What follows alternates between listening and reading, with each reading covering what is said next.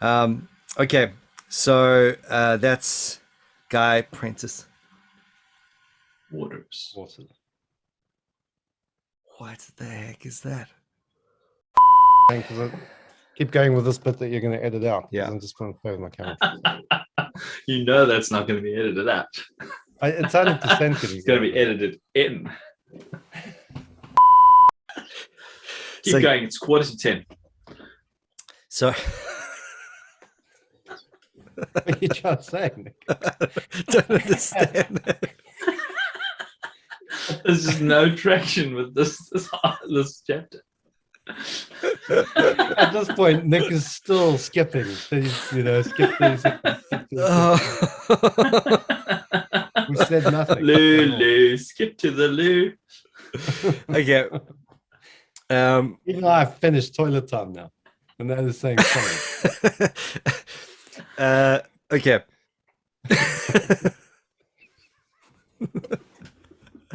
All right. So, what were you saying there, Mike?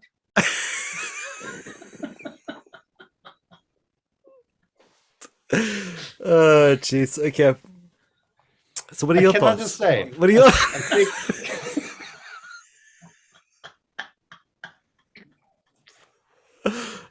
Come on, we gotta get something.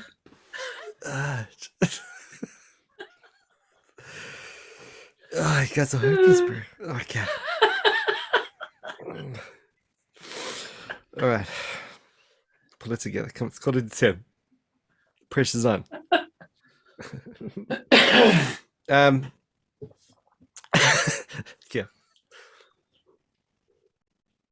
So, Nick, what are your thoughts on the essay?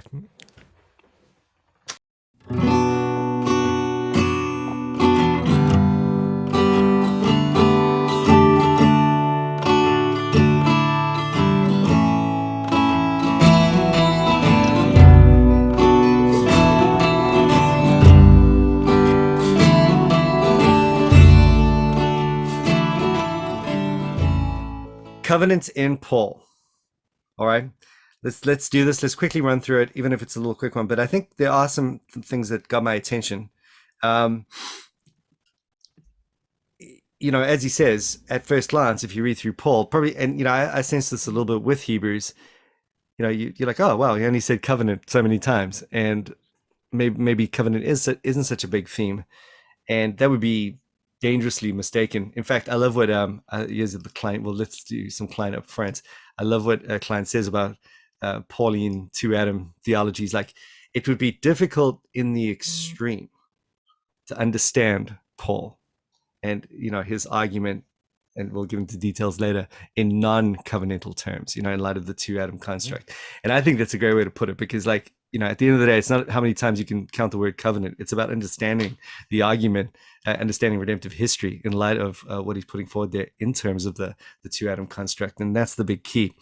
But anyway, so I think what's helpful about this essay is he brings that up. He says, listen, we've got, only a few instances of the actual word diatheke in Paul.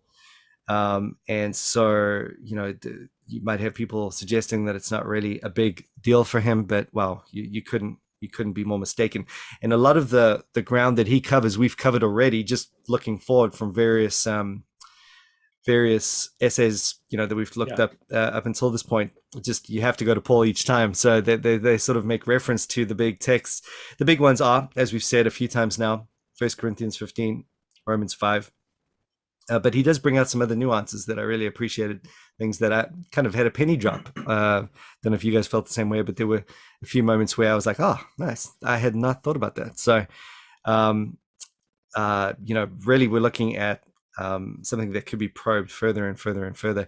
But here's the big deal. The eternal destiny of every human being is suspended on the action of one or the other of the two Adams as representatives for humanity. Right. I think that's a helpful way to just pose the whole thing for me. And that's basically the way Paul approaches it. So that's big. That's the whole thing right there. What were your initial thoughts on the essay? Yeah, I mean, I think just to say what the book's been emphasizing all the way through is that although the word covenant is not there, it is definitely a architectonic principle in all of Paul's did you thinking. catch that word? Yep. Architectonic.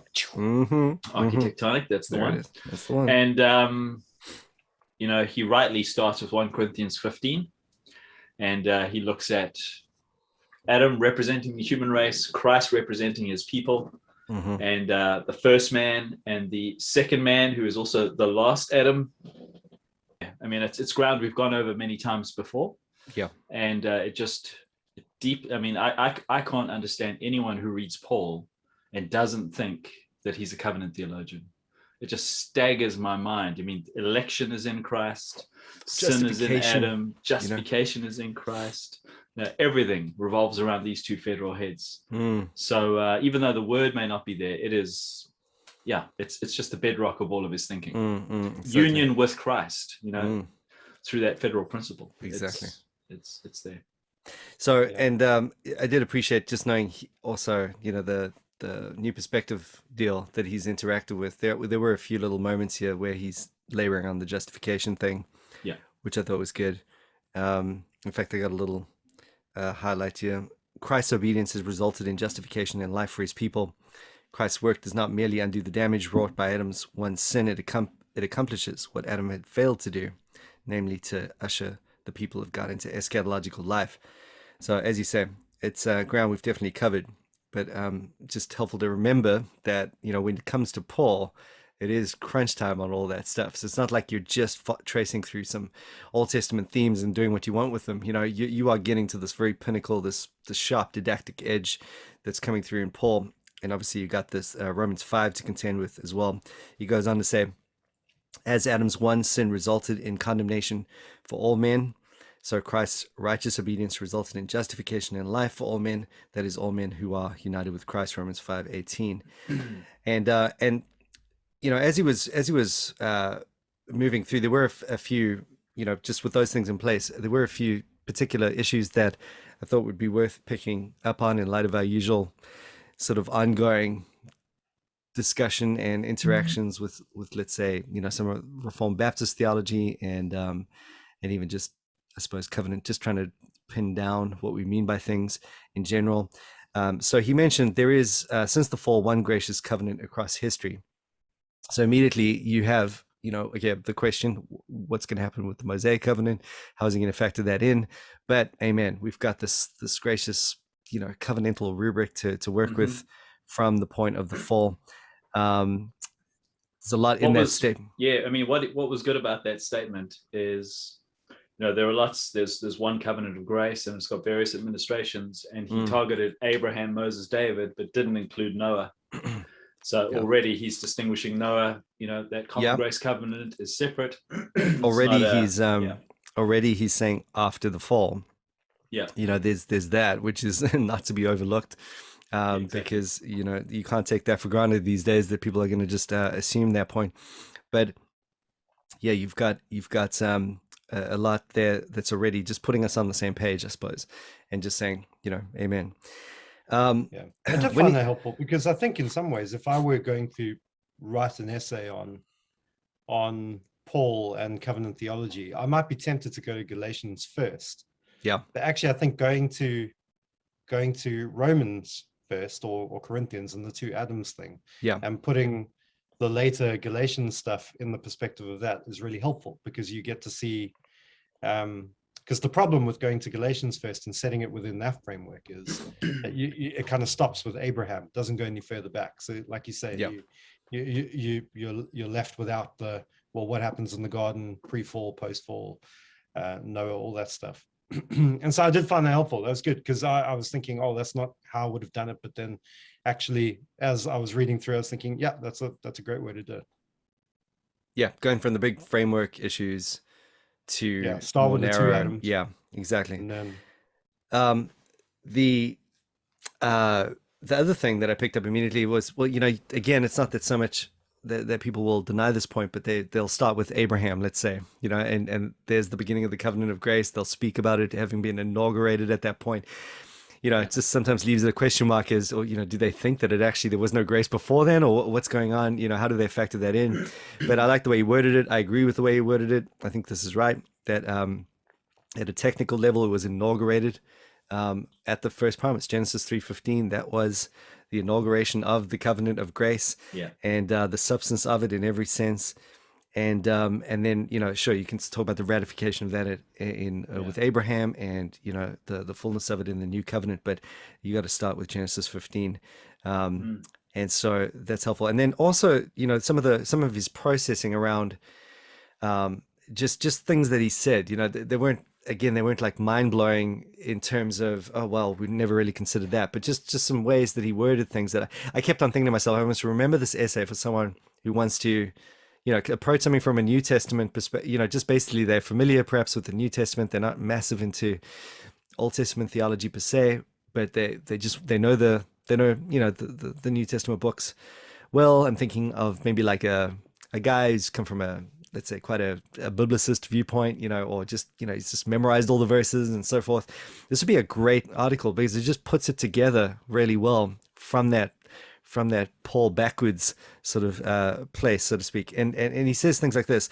So what are we talking about when you have these two seeds that, you know, are promised at Genesis 3:15 onwards, setting this whole thing in motion? He says, since Satan is physically incapable of spawning human offspring, the relation in view is spiritual, not biological. Just like a little statement like that, where you're like, oh, obviously, but that's a really helpful way to say it. In other words, God will set apart for himself a line of human beings who are spiritually opposed to Satan and spiritually aligned with himself. This promise finds its focus in a single descendant. The single descendant, the descendant of Eve, will deliver Satan a mortal blow, bruise his head, even as he shall suffer from Satan. In the process, you shall bruise his heel. So things like that. Just a good story moving up from that point. I liked how he pulled in the benediction of Romans 16. I mean, it's not a place I would normally go to as a proof text for Paul believing in Genesis 3:15. But it indicates that thing that's on Paul's mind, right? Exactly. That's what's, you know, even to the point that there it is in this benediction. Yeah, exactly. Everyone knows it. That's exactly what I was talking about. You know, they all know and love that text. So to see it in the framework of this greater covenantal thing is, I think, helpful for them. Because, I think you were saying earlier, Nick, that you find it really baffling how anyone could read Paul without this kind of covenantal thing looming large. But what's really interesting is that when you get down to the level of commentaries, I think that's exactly what happens. The whole idea of, you know, I was really surprised when I was preaching through and doing an essay on Romans, how few of the commentaries make that an important theme. The whole idea of, you know, it's not a major thing in commentaries on Romans. Yeah. And so you might find a commentary here and there that emphasizes it a bit more than the others, but I certainly haven't come across any commentaries apart. The one commentary I couldn't get hold of in time was Fesco's. So I'm not talking about that one. Dude, yeah. But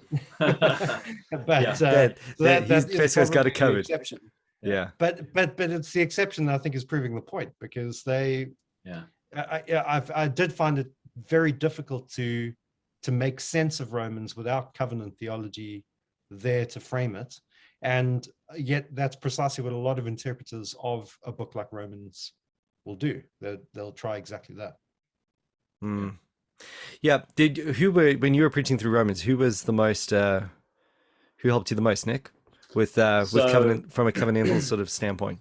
I mean, Lloyd Jones was very good. So he basically just mediated Burkhardt and Warfield and James Buchanan. So yeah, he just mediates the Puritans as well. Yeah, I think all your sort of reformed-ish kind of confessional guys are going to bring it up. Maybe it's just as you veer out from that point. Even John Stott, you know, he was very faithful. You know, at Romans 9, he nailed it. Romans 5, he nailed it. Okay. He did put forward a view on theistic evolution, and I just wondered how he would square it against the Bible. But despite what he tried to weave in, he didn't compromise on the positive teachings of the text. Okay, cool. Yeah. Moo, surely. What about Moo? Well, isn't he? Moo was great, but Moo's New Covenant theology sort of. Yeah, but he's picking up on some of the nuances. Yeah, and he was deliberately reformed. Okay. He was deliberately reformed, because I mean the whole NICNT commentary series was all about finding someone who would walk in the footsteps of Murray. It was traditionally you needed a reformed guy to do Romans, because, you know, Romans and the Reformation go hand in hand. So, you know, there was John Murray that preceded Moo, and then Moo did the same volume, but the updated version in the same Every series. time I have looked at that commentary by Muir, I've just been like, it's just been awesome. I've loved terrible on Romans 7. Terrible. Really? Terrible. See, I need to check this. I actually think he was brilliant on Romans 7. Dude, that's a conversation I'm for a another Puritan day. when it comes to Romans 7. Yeah, Really? Total. Redemptive historical view is the worst possible way to read it. No, dude, how dare you say that? You got to go pastoral at that point, man. You got to go Puritan. Oh, Nick. Well, we can just agree to disagree on that one. It's not talking about Israel. Nick. It's painful sometimes, feels like it's such a journey into your soul. You think you get to know a guy and then he just springs that on you. Oh no, but obviously it is pastoral, but you have to go via Corinth or via Rome in this particular. If it preaches well, it's right. Just go with that. Yeah. Well, hey, I am. That's exactly what Jill said. Yeah. Austin. No, I mean, well, anyway, okay, but we'll come back to that another time. But yeah, I love that commentary. I haven't. It was outstanding. I mean, you default to it every time. Oh, totally. Because you start off with like this many commentaries, and then as you go through, you start slimming it down to where it is. Your 3 or 4 guys. Yeah, exactly. Yeah, no, me was. When you're really struggling, you go back to Haldane or back to Hodge or back to whoever. Actually, I thought Haldane's was alright. Yeah. Yeah, but Lloyd Jones and Haldane were saying the same thing all the way through. So. Yeah. So, just thinking a little bit further along what he says here, the kinds of comments that also I found to be just kind of insightful and helpful here. He said, for example, thinking almost further to the point there of the benediction, or in fact, he brings up the benediction straight after this point, but he says, this command, talking about, what are we talking about? Let me just start a little bit above. With this background in mind, we may better understand, he's talking about this covenantal background, what Paul is saying to the Roman Christians in Romans 16:20. In the preceding verse, Paul charges the church to be wise as to what is good and innocent as to what is evil. So, and he does say this command certainly echoes the exhortation to be wise as serpents, innocent as doves. But it may well have suggested to Paul's mind the failure of Adam and Eve to obey God by not eating of the fruit of the tree of the knowledge of good and evil. That kind of thing. I found, wow, that it feels like that should have been a lot more obvious to me as I was reading it. But it's just those ideas are probably taken from this greater. I mean, it's almost like anytime you think of knowledge, for example, you've really got to go back to the tree of knowledge of good and evil. Every time you think of wisdom, every time you think of dominion, every time you think of authority, you just got to go back to those original concepts. And I think it's probably a good idea to do that with those, especially those well-known passages, those super familiar ones that get abused in very moralistic, weird kind of ways, like, oh, well, this means, don't do some random thing. I can't even think of a good example now. Like, don't watch such a movie, or I don't know, whatever it is. But it just deepens that out and shows there's some substance to what is in view there. There's you want to be in line with the seed of the woman. You want to be one of those who are set against what the enemy is doing. Really, we're talking about regeneration and sanctification at some level, in that there's this enmity that's being created in us toward the serpent and toward that which is evil, which immediately into strong redemptive themes and not so much just moralism. Yeah. Good. So he says, when we call Paul's claim in Romans 5. Recall Paul's claim in Romans 5 that since the fall has saved sinners only through the last Adam, we may fairly conclude that God inaugurated this one gracious covenant in Genesis 3:15. Then he moves on to look at the rest of the story. Abraham, of course, is there, and he features, and he does mention, and now he does go to Galatians. This is really rootsy, the heart of the gospel stuff. Now here's where he got my attention a little bit. He said, Paul tells us then that the covenant ordinance of circumcision signified and confirmed to Abraham an evangelical reality, namely justification by faith alone, just as the Abrahamic covenant was and remains an evangelical covenant, administering the gospel promises to the undeserving through faith, so its appointed sign, circumcision, is no less evangelical in character. Then just jump a little paragraph, and he says, the Abrahamic administration serves to reveal more of the person and work of Christ.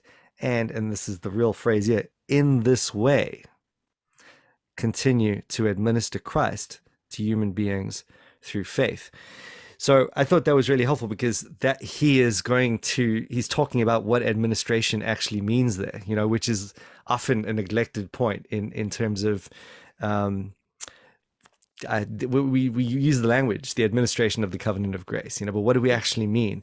And I think if you dig down into it, you realize, I've found this, from a Reformed Baptist perspective, often there's this, semantic issue going on to some degree with 1689 Federalists who are denying the administration of the covenant of grace in the Old Testament. But they're, in some sense, totally not denying it, because, they're saying it's being, they would not disagree, as far as I'm aware, that, the Abrahamic administration serves to reveal more of the person and work of Christ, and in this way continues to administer retroactively, in their view, the covenant promises, that are finding their fulfillment in the new covenant. So I think it was kind of interesting. I was like, okay, I could see a lot of people agreeing with that. I suppose I felt like maybe it could be pushed a little bit further, in that I wonder if he means it's only that, like, is that what covenant administration means? Or is there a deeper sacramental thing going on? I think of Lee Irons's essay on Leviticus, and the way he talks about the types and shadows in there, the husk and the kernel. And if anyone's ever read it, it's really, really helpful. I'm pretty sure it will still be on his website. But I really appreciate it for what he does in terms of just really going at this idea of what administration means. Like, it's almost like when we talk about administering the sacrament, in the Lord's Supper, there's something there that's beyond just this is showing us the promise. It's something actually going on there. So anyways, that was a question mark I had around you. I don't know if you guys had any thoughts there. No, it's vague enough to not be offensive. So he sort of steered clear of all the pitfalls, and he stated it in an evangelical way that I don't think anyone could really take umbrage with it. So. Exactly. So big tick for that. I'll tell you what I did like. It's a small note, but I did like the way that he explained the promise to Abraham and his offspring, referring to both one and many at the same time. So, the kind of the fact that it's a, was it a sperma? The word sperma. Yeah. But it's just the way that you said that, Nick. The singular in form, plural in meaning, and sperma. Emphasis on the sperm. Yeah, well, you could go sperma. Sperm. Sperma. Sperma. But that whole explanation of, because you often hear that, but it's actually a plural thing, and Paul's using it as a singular thing. This is a classic case of the New Testament misusing the Old Testament. And I know that we know the answer to that, but I just like the way they explained that. I thought it was very clear, very easy to follow. Yeah. And how actually both the singular aspect and the collective aspect are being brought out by Paul in a very sort of careful, nuanced way. And it made me realize Paul really did know what he was talking about. He wasn't just taking a shot in the dark. Yeah. And even if he didn't understand as much as was revealed through him, that's okay. But he definitely was not misusing the Old Testament. And I thought that was very, very clear. Yeah, totally. And then, and then just going straight into the Mosaic covenant, I know we've kind of chatted about how you felt a little bit unsatisfied with that, but I suppose on a very similar theme, and maybe this is what this is all coming to, a kind of recommendation. You don't want to cause a major amount of offense. You just want to really genuinely get someone into covenant theology, and you want to do it from well-known texts. You just in the New Testament. He does a great job in just saying things in such a way that really just kind of, I don't know, I suppose, get at everyone's big pet peeve, and yet steers clear of the rocks. So when he talks about the Mosaic law, he's saying, right, well, definitely, you've got an ongoing revelation of who Christ is, and as much as we might want to, nuance that and say, well, do you mean like the covenant itself, or is it more properly associated to the law? Where is the grace happening? Is it more properly associated to this Abrahamic covenant thing? What's happening? How is it merging? Well, he doesn't touch those questions. He's just basically saying, well, you might force him to say something I don't think he's intending to say, but he's basically saying that there is this ongoing administration of the covenant of grace in the Mosaic covenant, but he doesn't back away from the issue of what was happening with the law as it packed its punch to do something that no other covenant does, right? To really just show. I love the Ridderbos quote as well, that he has taken this imprisoned idea and just run with it. He said, this is Ridderbos: Scripture has left open no avenue of escape within the pale of the law, but has brought together, as in a prison house, all human life and all efforts to fight itself free. That's the law, So he's not backing away from that point, and really, that's kind of in some ways all we want to really make sure that people get and make sure to protect, because that means, as he says, you're going to not look to the law and obedience to the law. You're going to look outside of that to the Messiah looking forward, and the Messiah now having come. So there's that. So I felt satisfied with that. I don't know if you've got any kickback on that, Andrew. Well, no, I mean, so first let me just say, I agree that there was for 98% of what he said, it's not a problem. It's actually wonderful. And he affirmed all the right things. He affirmed the subservience of the law to the Abrahamic covenant and to the gospel. He affirmed the temporary nature of the Mosaic covenant.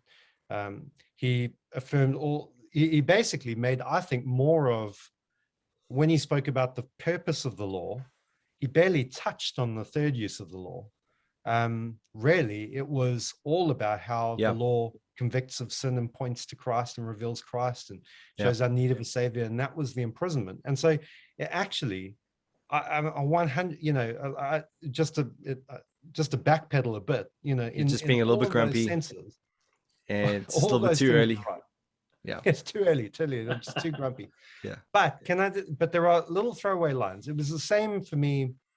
Not throwaway lines, conclusions that he drew, and that he made an explicit point. So if you look, it's page 429 for me. I don't know what it'll be for you, but he makes the point: as such, the Mosaic covenant stands alongside and in continuity with the other covenants that administered promises to the people of God.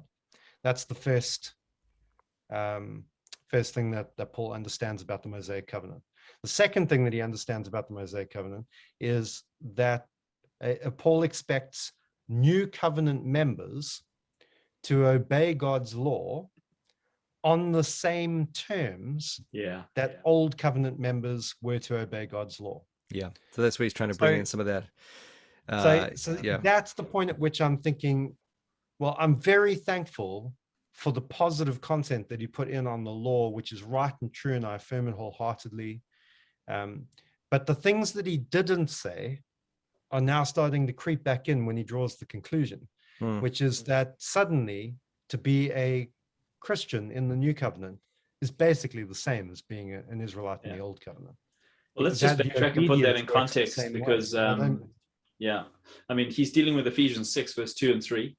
The promise, if you obey your parents, you'll have long life in the land. And I highlighted the same comment, Andre. So you mentioned something about that the other week. I remember we were talking about it. Was that it wasn't in reference to this article, but it's but we were talking about a similar thing, weren't we? We were saying, what is he doing there? And so that statement about Paul expects new covenant members to obey God's law on the same terms that old covenant members were to obey God's law, in reference to that the fifth commandment being quoted by Paul, and living long in the land. That's a very ambiguous statement. Well, I think it's ambiguous, but it leans towards a certain understanding of, here's a law with a promise. If you obey, you receive the promise. It works the same way in the new covenant. And I wonder that isn't what he's been saying. Like, he hasn't been saying that in the article. So where did that conclusion come from? So I suppose actually, to be honest, I think when when I'd gotten to that point. So, for example, when he talks about, I thought this was helpful when he says in Ezekiel 45:17 in the Septuagint, he's talking about the Sabbaths and the festivals and all of that, and he says this festivals, new moon, Sabbaths appear together in the same order to what Paul mentions when he quotes it in Galatians, and they're all a shadow of things to come, but the substance belongs to Christ. In Ezekiel 45:17, so let me just get to the point here. Paul has in mind then the entirety of the system of worship that God appointed for Israel under the Mosaic covenant. He tells it that this system, inclusive of its offerings and feast days, was a shadow of the things to come. The system was eschatological. So what I appreciated about that was he was saying, and thinking about why then the law? Okay, well, it's obviously drives home this issue of the pedagogical function of the law and driving sin and leading us to Christ. But then he brings in this eschatological point as well, which you don't often see, where he says, okay, it's all tied together. It's almost like he's almost taking a jab at the threefold use of the law. I'm not sure if that is the case at all, but that's how I read it anyway. That you've got this kind of this unity in the Mosaic covenant that is this eschatological thing, again very Kleinian. It's doing what it's doing in a unity to point forward to what is to come. That's another part of its purpose, so that when you get to this issue of, and then he goes on about the guardian and so forth, but then when you get to the issue of this promise in Ephesians and other elements of Paul's use, what did he say? It is in the same form, command with the promise that the fifth commandment is set before the children of the church in Ephesus. These observations tell us at least two things about Paul's understanding of the Mosaic covenant.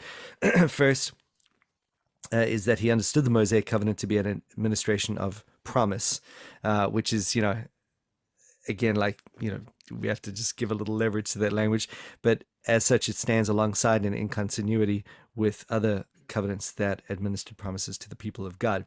The second is that Paul expects new covenant members to obey God's law on the same terms that old covenant members were to obey God's law. So how I read that is like, he's going, well, there's almost like no way that you can understand it. So he's almost like maximizing the traditional language, right? While at the same time maximizing the whole, typological republication issue, saying it's typological, it's there to convict of sin, it's there to point to grace. So that what happens if you just emphasize both of these truths at their maximum level? Well, you're almost like there's no way, you got no wiggle room to see that can't be a third use of the law thing, because he's just taken that off the table as a possibility, because it's almost like there is no possibility for a third use of the law if it's all eschatological, So, those are some thoughts I had there, which Sure. I suppose let me Yeah.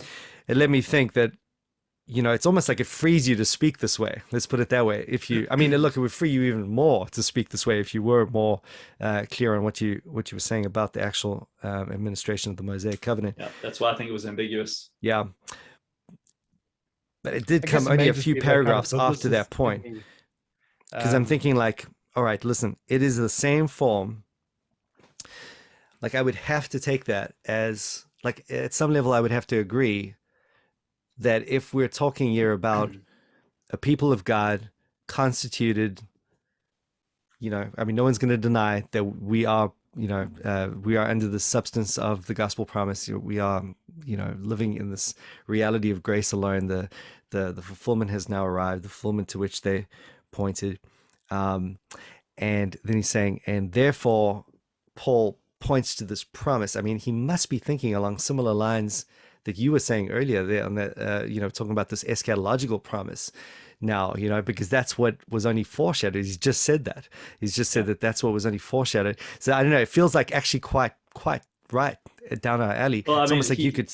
There is a clarifying statement at the end of that paragraph. He says, under both administrations, so here's where he's drawing the parody. Yeah.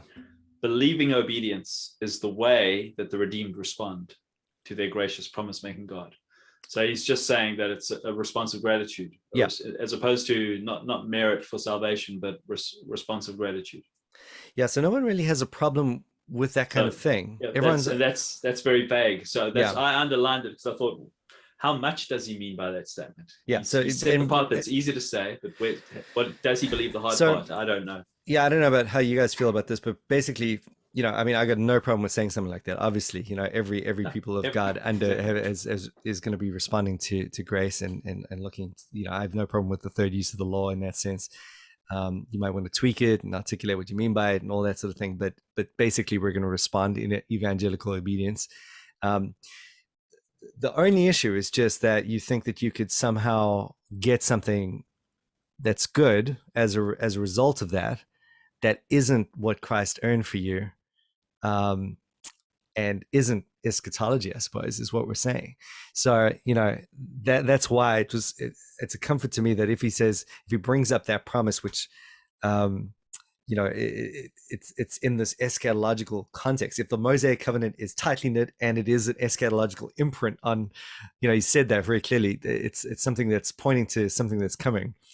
Yeah. And then Paul refers to that, that promise itself. I mean, it's almost like there's no other way to read him in that there's no danger on the table. The only danger would come in where if there wasn't eschatology in the Mosaic covenant, the theonomist sort of take on things, and or even just that strong Presbyterian take on things where you've got something you can get in obedience. There's something that Israel got that we can get too, and it's not necessarily heaven. It's not. If you leave the ambiguity around, if you disobey, you're out. Yeah. Or if you do better, you're in. Yeah. And you use the language of, on the same terms without clearing up some of that. To my mind, it always just leaves a question mark. It does. Yeah, totally. I suppose I thought the worthwhile, thing to think about there is just what's always interesting about these sorts of articles is, especially if, I'm so engrossed in a certain form of covenant theology and just really appreciate the way it just clarifies and gives such a rigid distinction to things. But it is sort of helpful sometimes just to go, well, maybe we could say it in a way that is more standard. So, with give them the benefit of the doubt. Yeah. And just where is the actual problem here? Maybe I'm thinking too much along those lines in terms of trying to I don't know, I don't want to have to fight about every single word. You almost want to just figure out exactly where this thing comes down to where does it hit the road. And I feel like what he said there with the Sabbaths and everything, that's helpful, because that's really the deal right there. Yeah, if you're going to see that as one massive unity that really can't be emulated, and eschatologize the promise, and you've nailed it. And you've basically nailed it. Yeah. More and more, I'm starting to see the value in all sorts of things of eschatology and how this works. And certainly Klein was onto something major. It's how you avoid the problems of dispensationalism. Yep. And bipluric conditional merit theology. Right. Yeah. Totally. And it sort of harnesses the big themes in not just Klein, but Voss and, maybe even, Ridderbos. And, so yeah, you've got some rich theology to work with there, which is good. All right. What else? What else in this essay before we go on for 3 hours in a row? Yeah. Paul's statement, 1 Corinthians, that is also helpful, obviously. I think we've spoken about that ad nauseum, so let's just jump to the conclusion here. Although Paul uses the word covenant, diatheke, only a handful of times in his correspondence, it is nevertheless fair to characterize Paul as a covenant theologian. And again, I would just add to that what Klein said, it's difficult in the extreme to understand what Paul is saying unless you characterize him as a covenant theologian and understand him as such. We've just touched on a few little points here, but there are some real, like one of the things I wanted to go into was Romans 5 and the way that I don't think he really touches it, but the way that you've got from Adam to Moses, what's going on with sin, the transgression thing. I mean, I just still feel like how on earth are you going to process a text like that if you don't have something of a covenant of works? I think we did deal with it when we looked at the garden situation and the covenant of works and how it was republished there. But that is really a point that is just so mind-blowing to me, and if I'm not mistaken, I think that is somewhere along the lines. I think Klein might have been mentioning that when he says it's difficult in the extreme to understand Paul. And I remember it just hit me like a ton of bricks, because that's true. I mean, you really just have to say Paul's mumbling on about nothing at that point, unless you have a very lucid thing to go to, that there's something going on with the second Adam that's connected to that first Adam garden deal, and it's not the case with Abraham. And again, Galatians is something we could talk about further there in terms of the very, very specific argument that he's making, which I felt like on a whole probably is the part that lacked most in this essay, that Galatians piece. So its value for me is just, you're going to be able to give this to someone that's, just kind of wanting to get a little bit of their foot in the door. The problem is it's like an expensive book, and how are you even going to do that? That's what frustrates me on this stuff. Even if you find a good essay, you're not going to ask them to buy a $60 book, just to read one essay. So that is a bit of a handicap. I suppose you could be a little bit dodgy and sort of copy it from Logos and just email it to them. I'm not saying you should do that at all. Yeah, I think you could point them to Guy Prentice Waters in general. I think most of his work is incredibly faithful to the Reformation project. He's a New Testament expert. He's dealing with Pauline theology, the theology of the Gospels. He's answering the new perspective on Paul. He's done some great work against Federal Vision, and he's upholding the basic concerns. Yeah. So he's reading the Bible with those lenses, and he's a faithful guide. Has he written anything like anything super accessible? Do you know? Be worth having a look at that. I haven't seen his other works. I know he's done some work. He's done work on Romans and 1 Corinthians, and commentary type stuff. Another thing that's making this a little bit more relevant now is that that Sacred Bond is you can only get it on Kindle, so it's kind of out of print a little bit. Don't know what's happening there exactly, but it wasn't a major publisher as far as I'm aware, so I don't know if they're gonna do that again, but that's a real pity, because that's a real helpful, that was like the only thing really to get people in the full system, just with no particular axe to grind. But anyway, so I'm always on the hunt for like accessible essays, and this was easy to read. I don't know if he's done a simple overview book. Cool. Well, there we go. That's some thoughts on this essay. Anything you want to close off with, or are we done? Done, son. Done, son. All right. Good. Stay off the streets, Nick.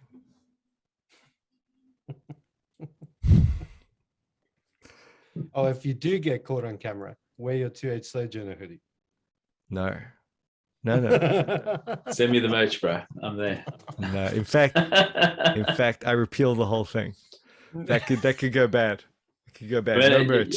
You're in two minds. I mean, you don't mind being part of a protest, just being a citizen of New Zealand.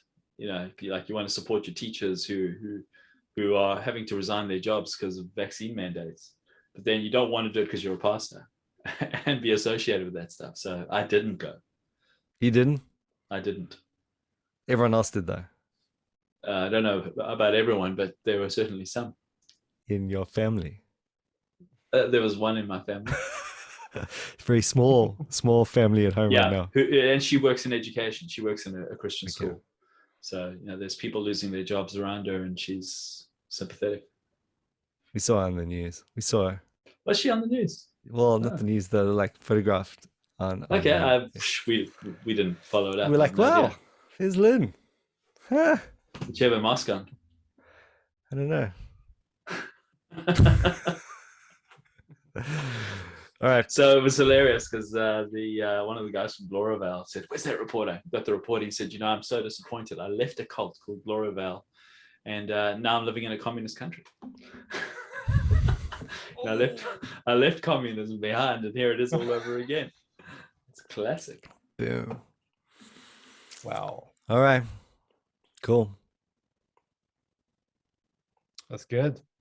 Well, at least Lee Hines is on your side. See you on the streets, Mike. Yeah, I mean, that's a big win right there. I know. Yeah, just saying. Might see you on the streets. It's like it comes in and does a mic drop. That settles it. Let's all get on the street. Yeah. All right. Good night.